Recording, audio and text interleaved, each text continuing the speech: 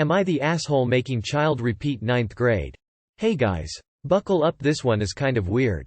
I'll try and give some backstory though. So we took legal custody of our daughter at 11 years old.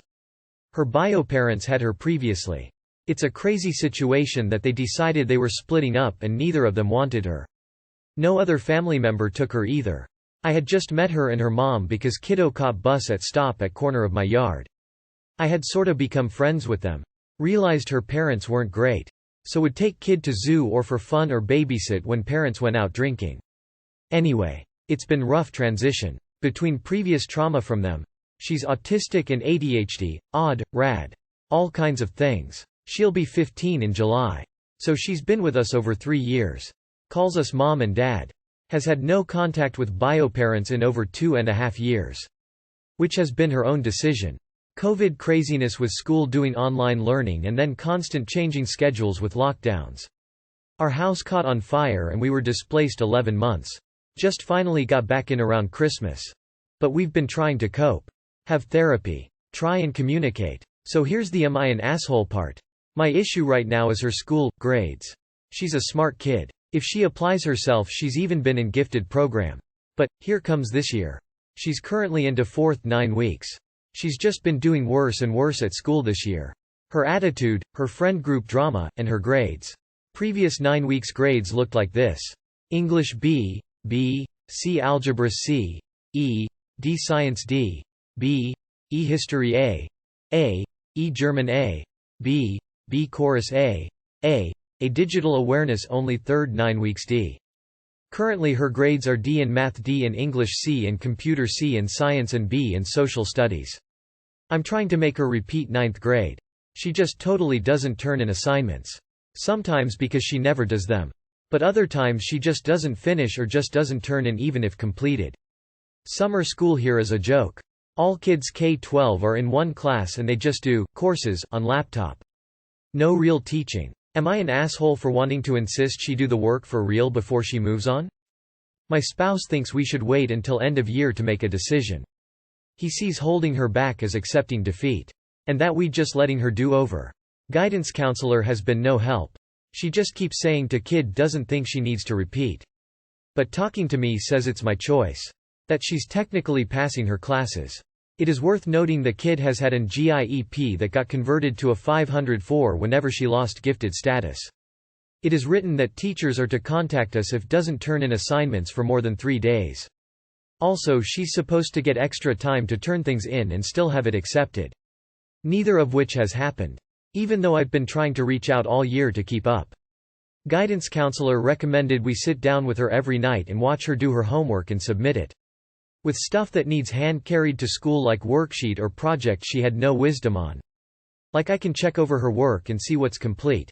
But she lies and hides things so I don't always know until it's past deadline. I think she needs some, I'm changing my wording here clarify. More drastic measure to make her actually do her work. 9th grade is foundation for senior high here. If she didn't bother to actually learn or understand now, everything building on it will only get worse from my point of view. I don't care so much about the letter grades.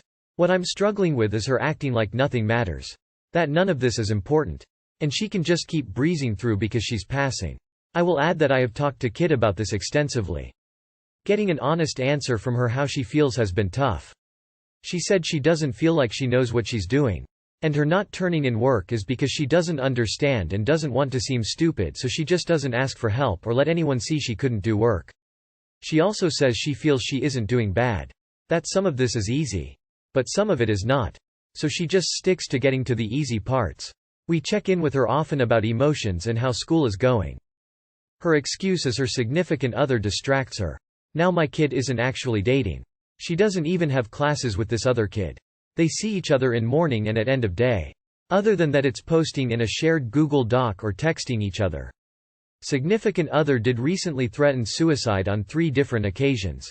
Each time because was very distract that my kid was talking to another friend and pushing them away.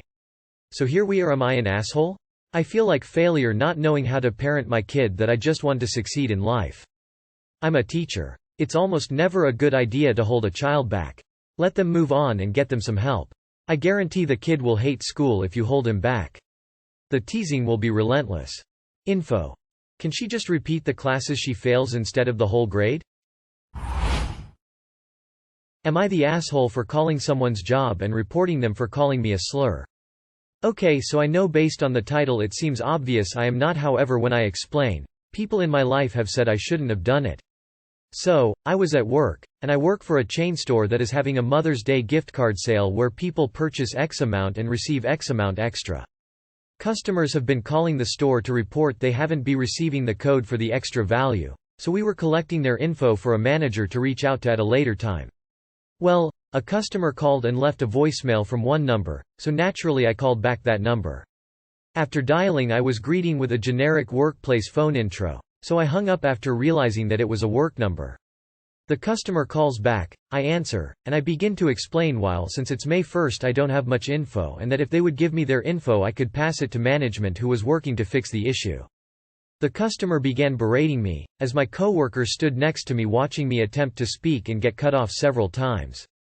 He later informed me he heard almost everything the customer said because they were screaming at me through the phone. Finally I explained that I need their info to find the account and cannot do anything in this moment but would contact management and reach out with a solution. This is where the customer decided to scream how we were scammers and call me a slur.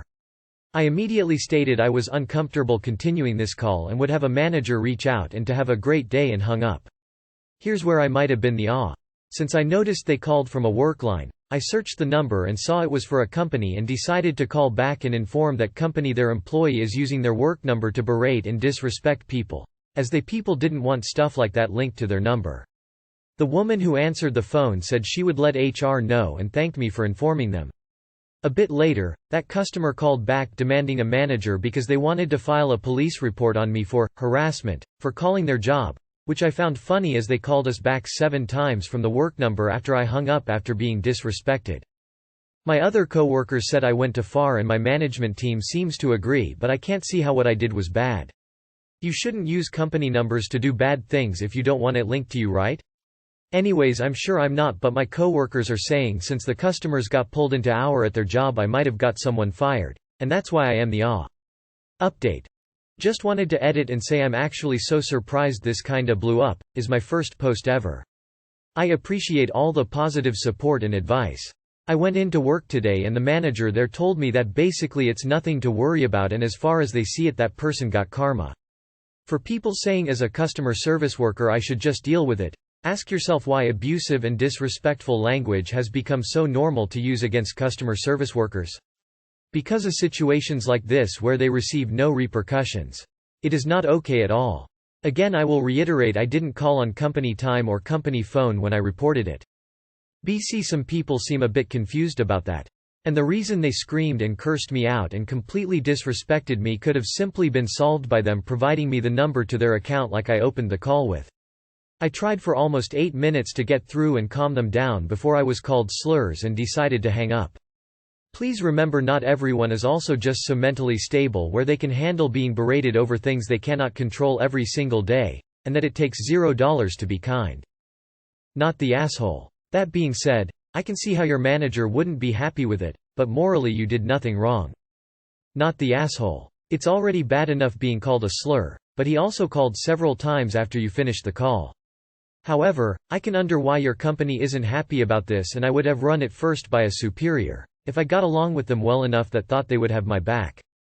Don't do it again, but get some written statement from your coworker regarding the slur. For example, write an email to your management with something like, I apologize for my rash action, but as X will confirm, this costumer used this slur, and I would appreciate it if the company supported a fight against this type of comments when dealing with costumers, offered some support when dealing with such costumers. Not the asshole. Based on the title I thought it was super petty to call someone's work for that, but the customer was using their work number and calling during working hours. And she did more than just slur. Not the asshole for calling the workplace of someone who verbally accosted you. Since he called back so many times it's too bad you didn't record one of the conversations to prove to his management and yours how each of you handled the situation. Not the asshole. If they didn't want it traced back to their workplace, they shouldn't have used their workplace's number. Person shrugging. In general though, most companies don't want you using their phones for personal matters anyways, so they may have had this coming anyways. Am I the asshole for surrendering my boyfriend's cat to a shelter? My ex had a cat when I moved in with him. He had never actually adopted it, it was a stray that became his after he started feeding it. When his ex was living with him, it got pregnant and had kittens, and they found homes for some, but others became strays. When I moved in, I told him we should get the cat spayed and take it to a vet for the fleas. He agreed at first, but weeks went by and he still hadn't made an appointment. When I asked him if I should do it, he said he was going to, and I waited a few more weeks. All this time the fleas were getting worse and I was stressing that it would get pregnant because he was only working point and we were struggling financially. One day after the flea bites kept me up all night, I took it to the vet. I had to pay for a new patient exam plus the medication. When asked him to at least reimburse me for 1/2 the cost, he became angry and frustrated. He said we couldn't afford to pay for a vet and prescription flea meds. I'd tried the stuff from the store and they didn't work. When I explained I needed him to chip in so I could continue to buy groceries and pay the bills, he yelled at me that he had been waiting until we had more money, though he had never brought it up before. I felt terrible for making such a dumb mistake. I know I should have checked with him first to make sure he could chip in. But the fleas were driving me crazy and the poor cat was scratching and chewing at itself all the time. After some time went by, the fleas subsided. I spent all my free time vacuuming and deep cleaning the furniture and carpets. During all this time I was the one always buying cat food and cleaning the litter. I would remind him and ask him to help, which sometimes he would, but he'd always go back to forgetting again. A few months later we finally had some money to spare, so I said to him we should have her spayed now. He became very angry and eventually shared that he doesn't believe in having animals sterilized because it's their right to breed and have offspring, and he also wanted to put the money towards a PS5. This made me really angry, because it had already had a litter of kittens, some of which they never found homes for. The next time the cat was running out of food, I reminded him for a week to buy more. I told him I was tired of it being my sole responsibility all the time, because it's his cat, and also I was so scared it WLD get pregnant again and I'd have a whole litter to take care of all by myself. I said I was going to take it to the shelter if he didn't buy it food, and he said no and promised to buy food 3 days in a row. So when the cat ran out of food entirely, instead of buying more like I always do, I surrendered it to a shelter in the hopes it would be placed in a better home. It's a no-kill shelter and they're very picky about who they adopt out to. My boyfriend is heartbroken and furious at me that I rehomed his cat with permission. We can't afford to adopt it back from the shelter and I'm feeling like I made a huge mistake. Not the asshole. How do guys like this get girlfriends? He's literally got you deep cleaning his flea-infested hovel. He led you on for weeks about getting the cat spayed only to reveal he never intended to do that. That's called lying, by the way. And apparently can't afford a PS5. What are you doing with him? Your boyfriend is Ta. You did the right thing. Consider sending your boyfriend to a shelter too. Not the asshole not taking cat to vet and not buying food is abuse by neglect. You saved that cat from miserable life. Now maybe do same for yourself and dump that neglectful asshole? His communication was abysmal through all of that. Imagine having a kid with someone like that. Not the asshole, the mistake is not dumping this guy. Fleas in the house, giving away or letting loose all those kittens, and he can't contribute to the house and wants a PS5 instead? Hun, you can do better for yourself than this, because this isn't it. Not the asshole, your boyfriend seems like a child, and if he can't take care of a cat he won't be able to take care of a human baby. Am I the asshole asking my husband to throw away a memorial gift? Too long did not read. My partner's ex-FWB sent him memorial artwork for the death of his father. Am I the asshole for asking him to get rid of it? So, my fiancé was an absolute playboy before we met. We have a significant age gap, and sometimes it's really hard for me to separate that he had an entire life before me. It's something I'm sensitive about and actively working on. He has never been unfaithful and I have no reason to believe there is any existing flame. So, the past few years, little things in our house have kind of triggered me since I moved into his space. Some days I feel like I'm surrounded by a museum of exes. Throw pillows picked out by his long-term ex, gifted artwork and trinkets on the wall, his favorite t-shirts I can see being worn by other women in photo albums.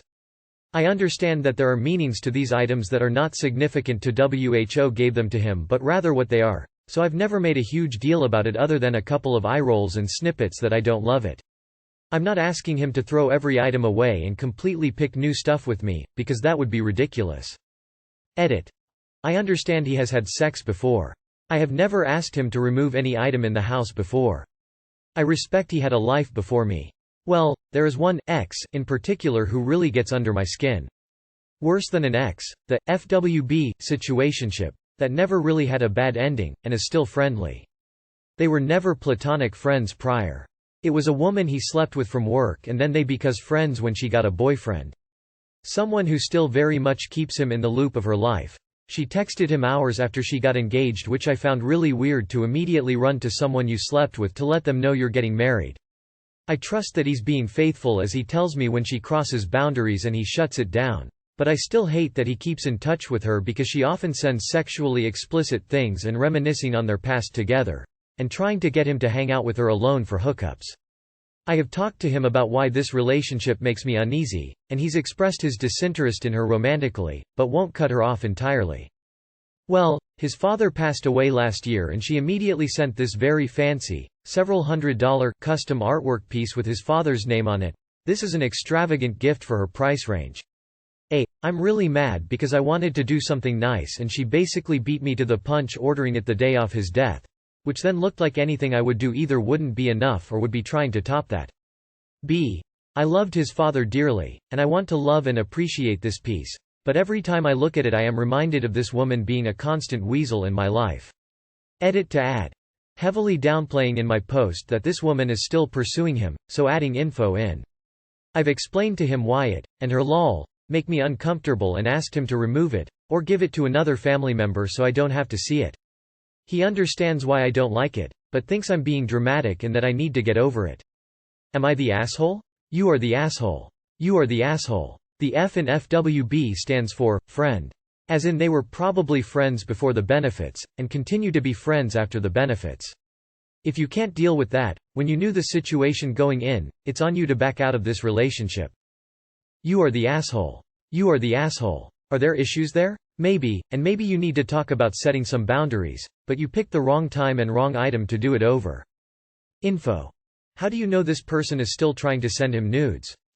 If you married a former playboy who isn't willing to block exes who evade your relationship, is he really former playboy? Why have you not just called this woman and tell her that her actions are hurting you and to please stop?